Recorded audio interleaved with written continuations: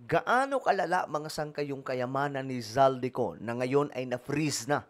Nako mga sangkay, marami sa inyo ay malulula ngayon sa sobrang tindi ng kayamanan niya.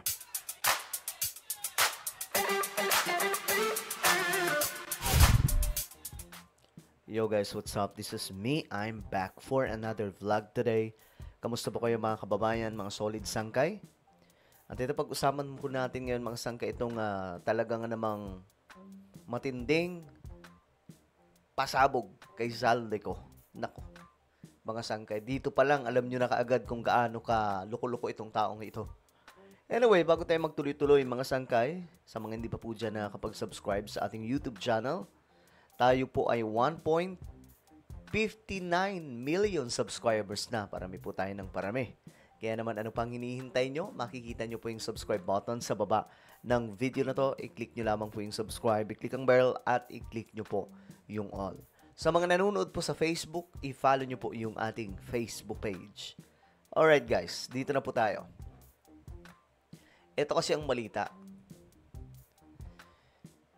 AMLAC nakapag-freeze ng 12 billion assets.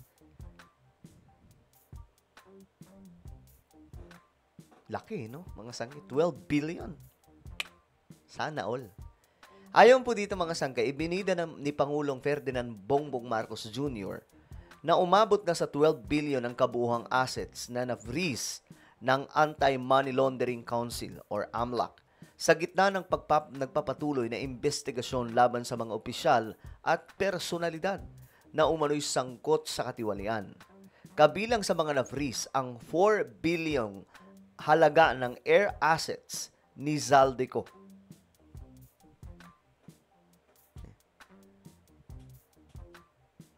$3,566 na bank accounts. Grabe. Dami, no, mga sangkay? Ito.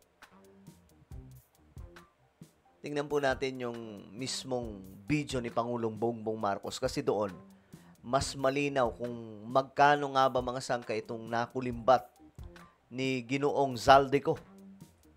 Sipin yung mga sangkay, tapos sasabihin niya, wala daw po siyang na-kickback, ang linis ni Zaldico, utusan lang daw po siya mga sangkay. Yun pala, Diyos mio Marimar, ang lala pala mga sangkay ng ginawa. Ang lala pala ng yaman. So ano, saan galing yung yaman na yun? Galing ano? Galing tabi-tabi lang, napulot niya? Galing Taliano Gold? Ito mga sangkay. Tingnan po ninyo. Ayon po dito, umabot na sa 12 billion ang kabuuhang assets na na-freeze ng AMLAC kabilang ang 4 billion na air assets ni Zaldico. Ganun po siya kayaman mga sangkay, partida ha.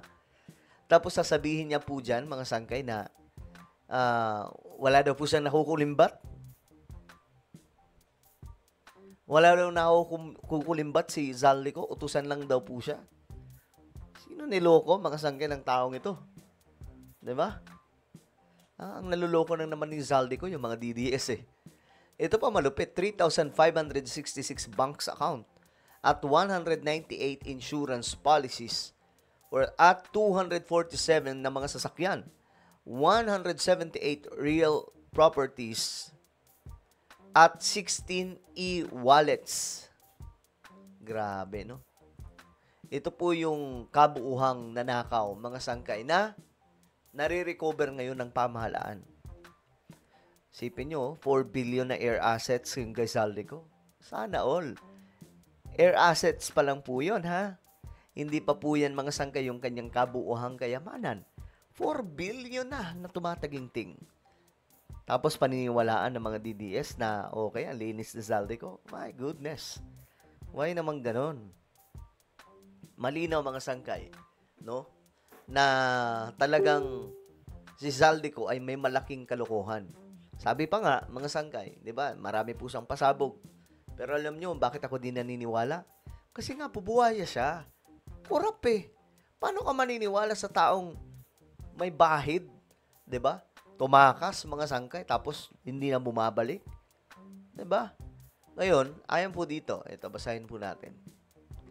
Kasunod nito, magsusumiti na rin ng ang Infrastructure Cluster Investigation at ang Department of Public Works and Highways or DPWH ng ebidensya sa Office of the Ombudsman para sa rekomendasyon ng plunder, anti-graft, bribery, at conflict of interest laban sa 8 kongresistang may-ari ng construction companies na umano'y nakinabang sa mga proyekto ng government. Bawal yun, mga sangkay. Ewan ko ba? Marami actually dyan. May mga mayor pa nga eh. May mga mayor, may mga councilor na may mga construction company, mga contractor, mga sangkay. Bawal yun eh. Conflict of interest po yan. Dapat pinagbabawal po yan, mga sangkay. Pero dahil nga maluwag yung sistema, maluwag sa Pilipinas, mga sangkay, ayun, nagpapakasasa yung mga siraulo. Sa kanyang pahayag, nilinaw ni PBBM na hindi siya kailanman makikipagnegosasyon sa kriminal. Matapos niyang sabihing nilapitan daw sila ng abogado ni Zaldico para mam-blackmail. Sabi ni BBM, nilapitan po kami ng abogado ni Zaldico at nagtangkang mam-blackmail na kung hindi po namin kakansilahin daw ang passport niya, hindi na raw siya maglalabas ng video. Sabi ni BBM, I do not negotiate with criminals. Ganda ng sinabi niya dito. Lakas ng punto no? Dapat ganito. Aniya, kahit anong video ang ilabas ni Zaldico, hindi ito makakapigil sa pagkansela ng kanyang passport. Walang makakatakas na hustisya, tuloy ang trabaho, tuloy ang paglilinis para sa pera ng bayan, para sa taong bayan. Di ng Pangulo.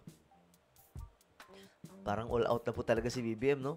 Parang sinasabi na po niya, di baling masira ako. Ang importante kayong mga buwaya ay makulong. Ganun po yung message nun eh. Di baling madiin siya. Ang importante mapadlak, mapatunayan sa pamamagitan ng mga ebidensya na itong mga taong ito ay talagang namang mga loko-loko at mga kurap. At mapadlak sila sa kulungan, mga sangkay. Pambihira. First time to, mga sangkay, na talagang may isang presidente na naglakas loob na banggain ang mga katulad ni Zaldico. Wala namang pumapalag dyan eh. Di ba walang pumapalag? Kasi nga po, mga sangkay, marami pong natatakot kasi baka balikan sila. O ngayon, si BBM, wala nang pakialam. Kahit siraan nyo ako. Kahit wasakin nyo yung buong pagkatao ko. Sige, sabihin yung bangag ako. Sige, sabihin yung kurap ako. Ang importante, gusto niya ngayon, mga sangkay, na yung mga totoong may sala, mas mapasama sa loob, mapadlak. Saan ka nakakita ng presidente na ganyan? Alright, so ano po ang inyong opinion sa nakakalulang kayamanan ni Zaldico? Comment down below. Mayroon po tayong YouTube channel, Sangkay Revelation. Hanapin niyo po ito ngayon sa YouTube. Kapag nakita niyo na, i-click niyo po yung subscribe, i-click ang bell, at i-click niyo po yung all. Ako na po ay magpapaalam. Mag-iingat po ang lahat. God bless everyone.